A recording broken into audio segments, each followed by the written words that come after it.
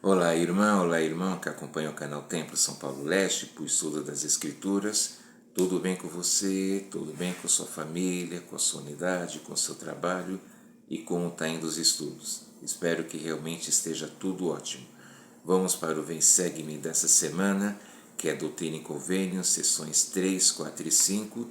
Apenas 3 sessões, mas como sempre, aprendemos lições valiosas, experiências que podem nos ajudar e, claro, ensinamentos e mandamentos fundamentais. Vamos começando pela sessão 3. Essa revelação foi dada a Joseph Smith em julho de 1828. Joseph tinha pouco tempo no seu ministério como profeta e Martin Harris era seu amigo. Martin era um homem muito respeitado, também um homem muito rico, e ele fez grandes sacrifícios para ajudar Joseph em seu trabalho, na sua obra. Martin Harris foi por um tempo, na verdade, escrevente para Joseph na tradução do livro de Mormon.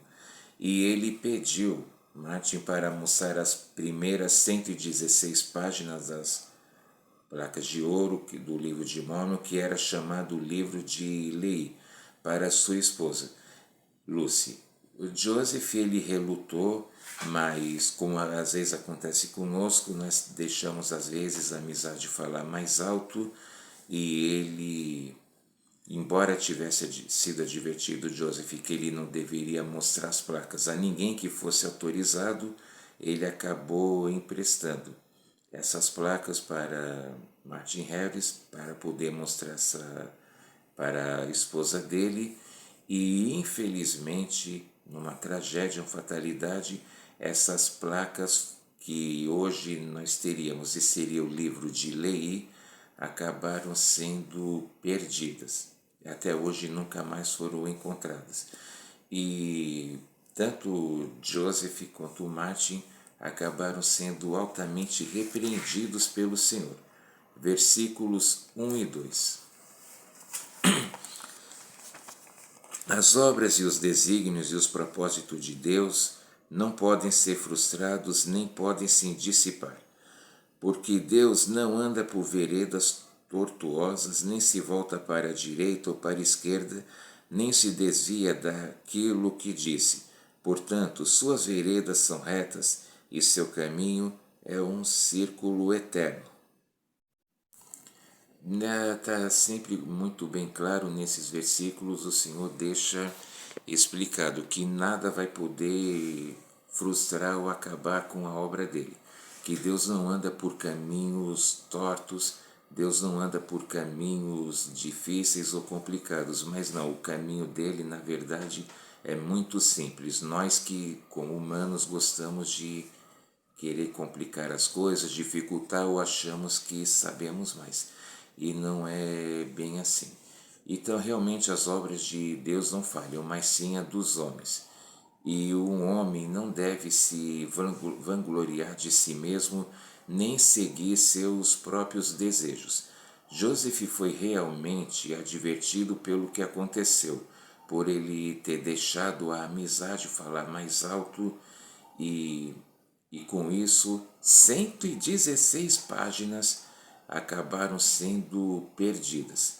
E o que aconteceu? E aí ele ficou com grande peso na consciência. Imagine que desespero, que situação. Ele havia sido advertido que ele não deveria mostrar a ninguém que fosse autorizado. Isso acontece conosco também. Às vezes a gente não quer falar ou fazer algo porque a gente teme que a pessoa da qual a gente tem amizade ou parentesco, a gente fica com medo da pessoa, mas ele pode não gostar, pode achar ruim ou algo do tipo, mas não, nós não devemos temer o que os homens pensam, nós devemos temer o que Deus pensa a respeito de nós, das nossas obras, atitudes e ações. Então, imagine a situação que Joseph Smith ficou. Eu nem sei o que teria acontecido comigo. Se fosse eu, acho que eu nunca mais iria conseguir dormir.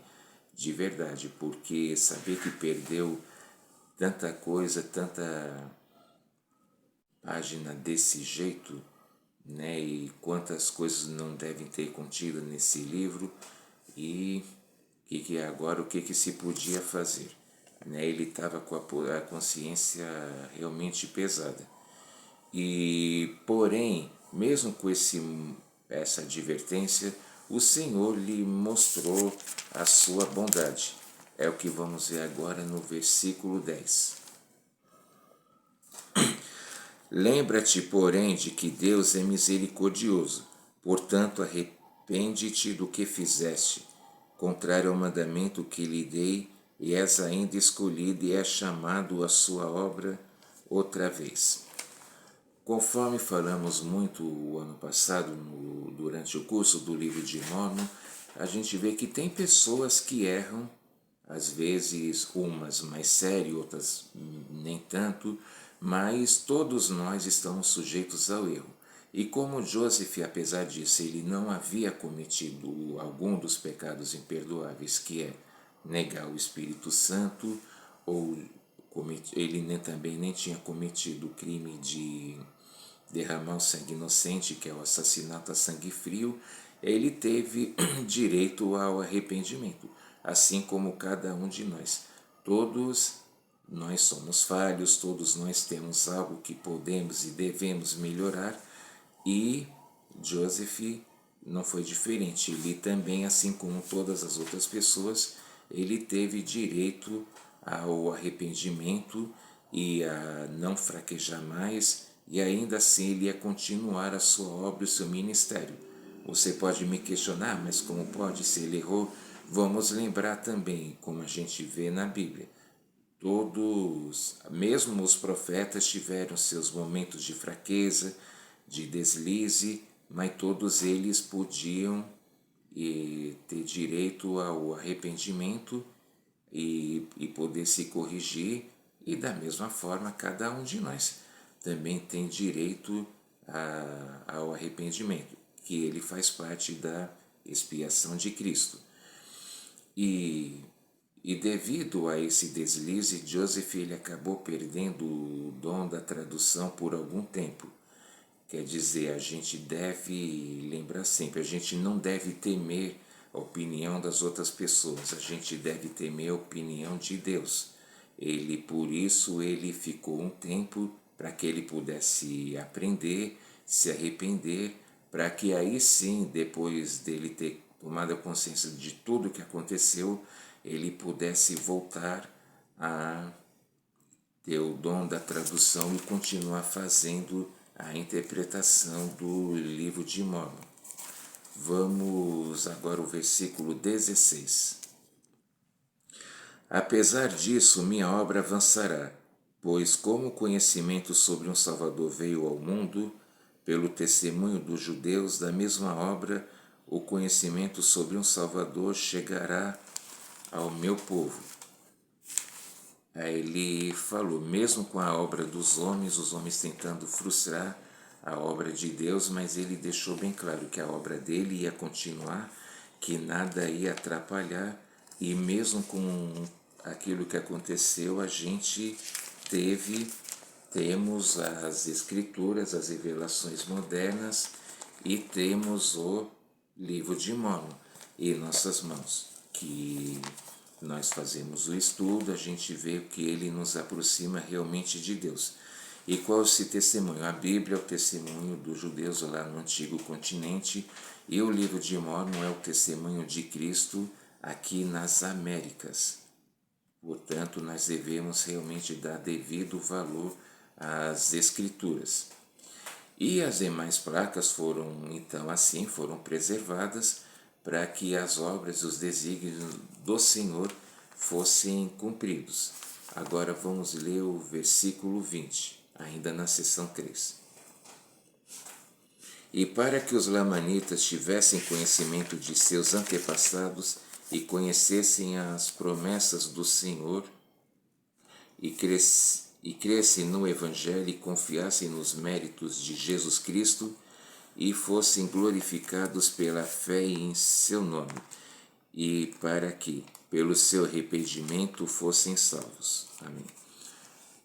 Mais uma vez dizendo, o livro de Mórmon, ele não veio para tomar o lugar da Bíblia, ele veio para confirmar tudo que a Bíblia diz, tudo que a Bíblia ensina, e ele dá o testemunho de Cristo, fala sobre a sua vinda aqui nas Américas após a sua expiação, sua obra lá entre os judeus, e o livro de Mórmon realmente testifica de Cristo, conforme a gente falou e vemos nos estudos aqui sobre ele. Ele deixa bem claro aqui, para que as promessas do Senhor sejam cumpridas e para que todos possamos ser glorificados pela fé em Jesus Cristo, deixando bem claro. Tem pessoas que acham que a gente adora Joseph Smith ou adora alguma coisa, alguém. Não, a gente respeita ele assim como respeitamos todos os profetas, inclusive, claro, os profetas que vemos na Bíblia, mas nós cremos realmente que a salvação só vem por meio de Jesus Cristo, pelo seu sacrifício expiatório, seus ensinamentos e mandamentos. Nós temos que ter fé em Jesus Cristo e acreditar nele, não em outras pessoas. Ele é o nosso Salvador e Redentor. Eu tenho realmente testemunho disso, de Jesus Cristo. Agora vamos para a seção 4 de Doutrina e Convênios. Essa revelação foi recebida em fevereiro de 1829 e para quem? Para Joseph Smith Sr., pai de Joseph Smith, porque embora ele não tivesse assim um chamado, ele ainda não fosse um missionário, mas ele tinha realmente o desejo de servir, ele tinha o desejo de ajudar na obra de Deus. A seção 4 ela é muito especial porque eu, na época que eu servi a missão, nós como regra, entre outras coisas, além da regra de fé do mês, as escrituras, o estandarte para a liberdade, nós todos os dias recitávamos essa seção 4 de Doutrina e Convênios. E vamos ver agora em detalhes por que ela é tão especial, por que ela é tão maravilhosa e por que ela nos ajuda, de verdade. Era muito bom falar sobre essa sessão durante a missão, recitar, e vamos ver agora o porquê que essa sessão é tão especial. Começando os versículos 1 e 2. Agora, eis que uma obra maravilhosa está para iniciar-se entre os filhos dos homens. Portanto, ó vós que embarcais no serviço de Deus, vede que os sirvais de todo o coração, poder, mente e força, para que vos apresenteis sem culpa perante Deus no último dia. O que é essa obra maravilhosa que está falando no versículo 1? É a restauração do Evangelho nesses últimos dias. Aquilo que foi profetizado lá por Isaías no capítulo 29 do livro de Isaías. E ele profetizou e essa obra estava sendo cumprida, uma obra maravilhosa e um assombro. E fala, e o campo estava branco, né, para quem quisesse. Ou ele diz, né, para a gente servir de todo o coração, poder, mente e força. Quer dizer o quê? Que a gente deve se empenhar no serviço de Deus. A gente deve ter a nossa mente voltada para as coisas de Deus, não para as coisas do mundo. As coisas do mundo que fala são as coisas iníquas. Não é que a gente não deva trabalhar, não deva estudar, pelo contrário. Mas a gente deve sempre deixar as coisas e a obra de Deus em primeiro plano. E que ele fala, para que a gente possa se apresentar sem culpa perante Deus no último dia. Está muito bem claro. Agora sim, versículos 3 e 4, ele diz: portanto, se tendes desejo de servir a Deus, sois chamados ao trabalho, porque eis que o campo já está branco para a ceifa, e eis que aquele que lança sua foice com vigor faz reserva, de modo que não perece, mas traz salvação à sua alma. Agora sim fala, né, que o campo está branco para a ceifa. Ele diz assim, no 3, se tendes o desejo, sois chamados ao trabalho. Existem várias formas que podemos servir na obra de Deus. Cada pessoa tem um dom, ou tem dons em específico, nem todos possuem os mesmos dons e mesmo talento, mas a gente pode, de alguma forma, ajudar na obra de Deus, seja como for. Cada um tem a sua capacidade, tem a sua inteligência e o desejo de servir. Oportunidades para poder servir na igreja, em algum chamado de fazer obra missionária, existem infinitas oportunidades, basta a gente querer, basta a gente procurar. Ele diz no 4, o campo está branco para ceifa, quer dizer, a gente pode trabalhar.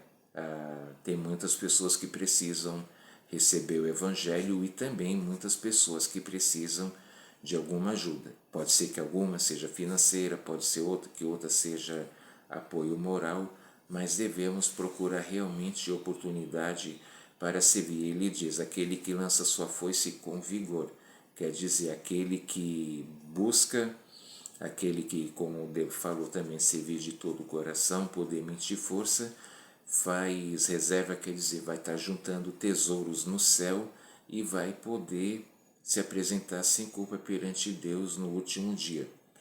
Aí vai, e tudo que a pessoa planta, ela vai colher. Se a pessoa procurar, quanto mais ela procurar fazer o bem, mais ela também vai colher o bem. Os versículos 5 e 6. E fé, esperança, caridade e amor, com os olhos fitos na glória de Deus, qualificam-no para o trabalho. Lembrai-vos da fé, da virtude, do conhecimento, da temperança, da paciência, da bondade fraternal, da piedade, da caridade, da humildade, da diligência. Vamos ver aqui quantas qualidades que nós precisamos e devemos ter. No 5 ele diz, sempre está falando sobre fé. A fé é o início de tudo. Sem fé a gente não tem como agradar a Deus. A esperança, vimos também muito sobre isso lá em Moroni 7, fé, esperança e caridade. A gente sempre deve esperar em Deus, a gente nunca deve perder a esperança nele, porque os desafios inevitavelmente para as pessoas vão vir, independente da época ou local que more, mas os desafios sempre vão existir, vão ser inevitáveis, mas a gente deve encarar, não perder a esperança. A caridade, ele fala aqui, é o puro amor de Cristo, vimos lá em Moroni 7. E os olhos fitos na glória de Deus. O que significa ter esses olhos fitos na glória de Deus? A gente não deve olhar para as outras pessoas com desdém ou com julgamento, pensar, esse nunca vai querer aceitar o Evangelho, ou essa pessoa não tem jeito. Nós, como humanos, a gente tem essa tendência de querer julgar, de querer falar das pessoas e tal, ou muitas vezes também, como fala do orgulho, a gente não deve usar nada, absolutamente nada, para querer se sentir superior a uma pessoa. Algumas pessoas se sentem melhores porque têm, por causa de um emprego, ou por causa de um carro, ou por causa de grau de escolaridade, ou porque é de uma região ou de um país e a outra pessoa pode ser de um outro lugar que seja mais carente financeiramente, culturalmente, mas realmente a gente não deve usar nada absolutamente disso para querermos nos sentir superiores, porque se no momento que a gente se sente superior a alguma pessoa, ou que a gente tenta diminuir, desqualificar ou julgar ela, a gente não vai estar com os olhos fitos na glória de Deus.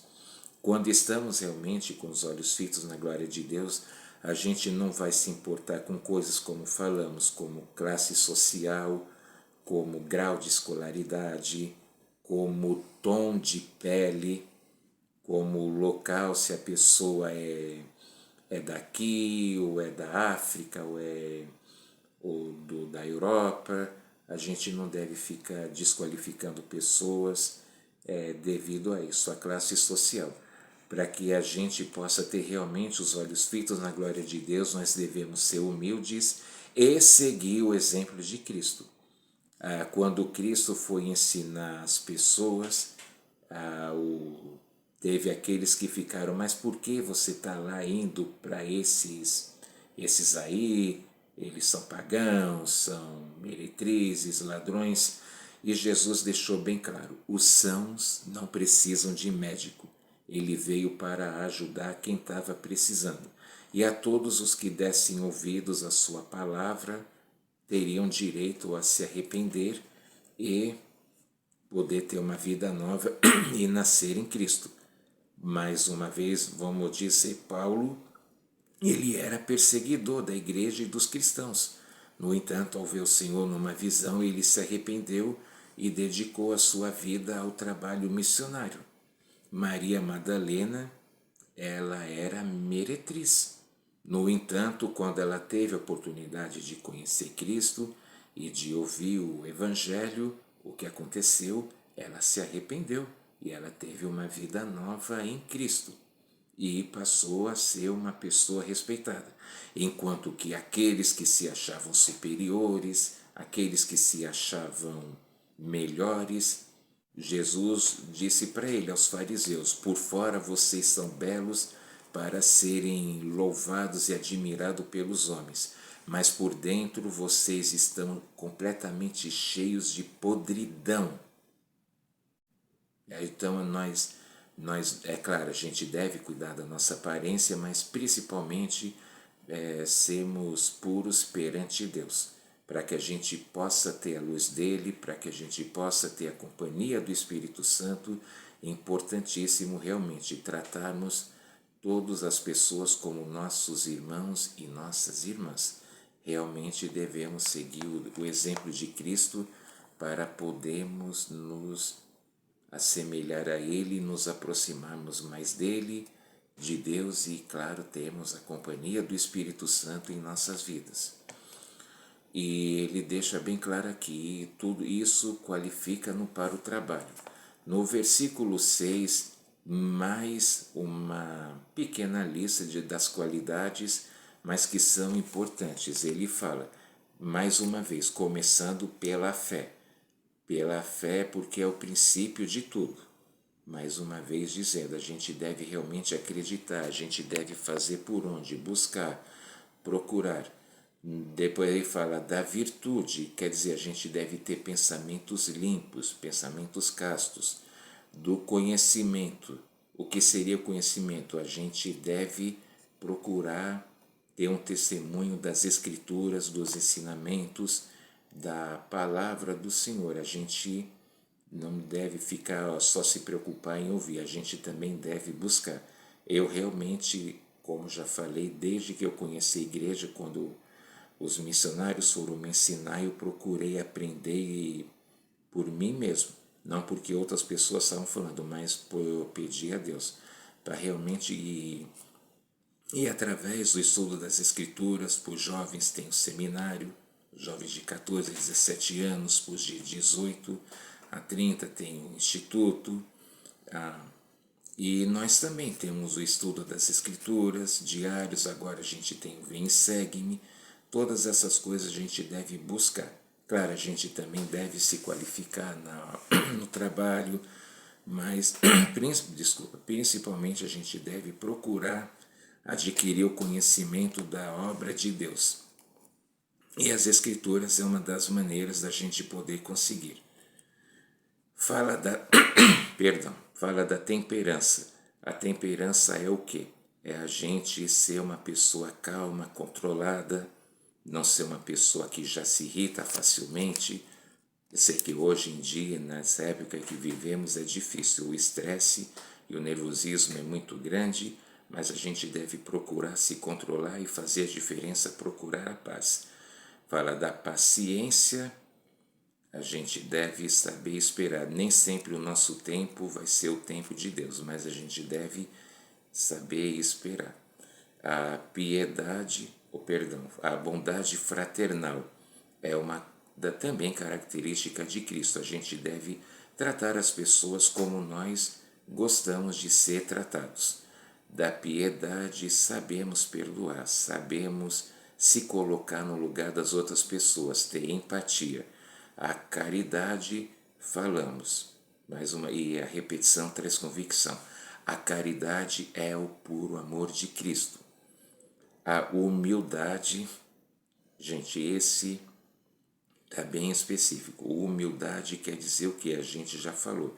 Vamos lembrar mais uma vez o que a parábola do publicano e o fariseu. Que Jesus contou. Enquanto o fariseu ficou lá com tanta vantagem, eu faço isso, eu dou dízimo 2 vezes por semana, eu faço isso, eu faço aquilo, e nem sou como esse publicano aí.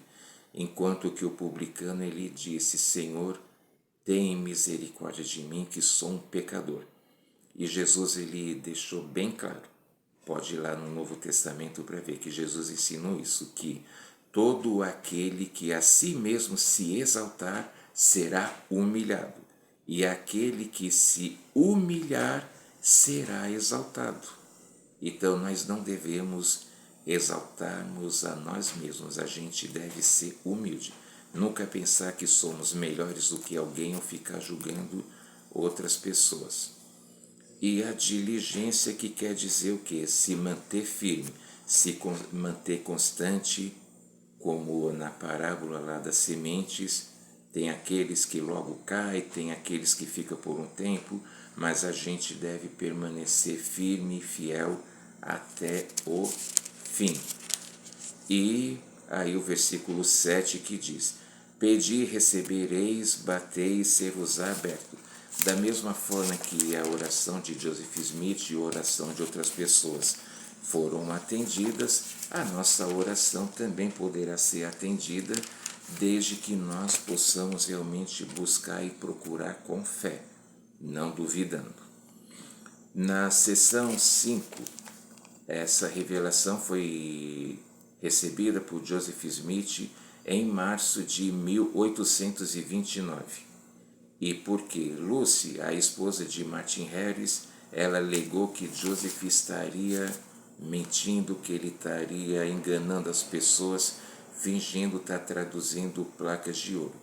E Martin acabou pedindo a Joseph mais evidências de que as placas existiam.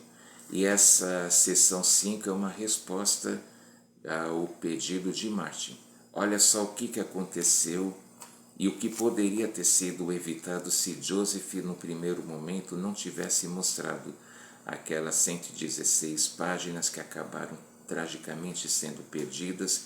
Olha só como uma atitude pode acabar mudando totalmente o rumo da história. Quantas pessoas você conhece, por exemplo, que hoje poderiam estar vivas se elas não tivessem se entregado ao vício, como a bebida, o cigarro, as drogas? Quantas pessoas você conhece que hoje poderiam estar uma vida melhor se elas não tivessem escolhido um caminho errado, triste, como o mundo do crime? E por aí vai, exemplo existe em milhões.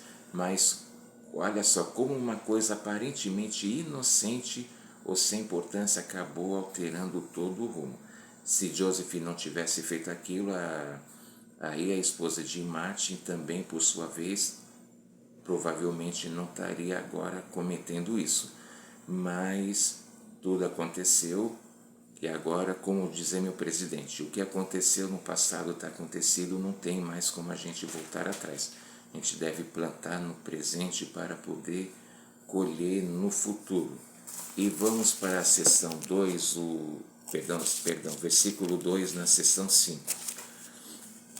E agora, eis que isto lhe dirás: aquele que te falou disse: Eu sou o Senhor seu Deus, e dei estas coisas a ti, meu servo Joseph Smith Jr., e ordenei-te que fosse testemunha destas coisas. Joseph era testemunha a respeito das placas que continham o livro de Mórmon. E ele voltou novamente a ser orientado pelo Senhor. E aí, nos versículos seguintes, o Senhor continuou explicando a sua obra, que dele, que ela não seria frustrada, que mesmo com a perda daquelas 116 páginas, ainda assim nós temos o livro de Mórmon com situações, com as suas explicações, mesmo com a situação daquelas placas terem perdido. Eu acredito que tudo tinha um propósito. O Senhor quis mostrar a Joseph o que acontece quando a gente dá ouvido aos homens e não a Ele, e como a gente pode também usar isso como exemplo.